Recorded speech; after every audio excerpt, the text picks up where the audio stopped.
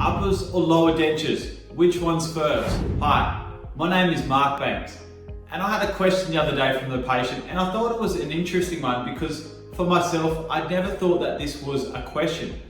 But this is the beauty of seeing patients. I get to see all the things that you guys are thinking. And they asked me, now this patient had a full over full. Does it matter, Mark, which denture goes in first, the top or the bottom? Now, very simple answer, no. It doesn't matter. You can put your top in, you can put your bottom in. If you've got a big enough mouth, you can put them both in together. It doesn't matter, it's as straightforward as popping them in, biting down gently to seat the denture into the gums, giving a feel and making sure everything is working. A little handy tip is you can rinse the dentures in a bit of water first and then place them in.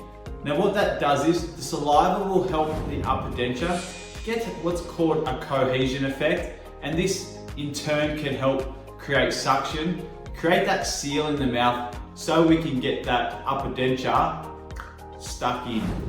Well, there you go. Very simple tip, very simple question with a very simple answer.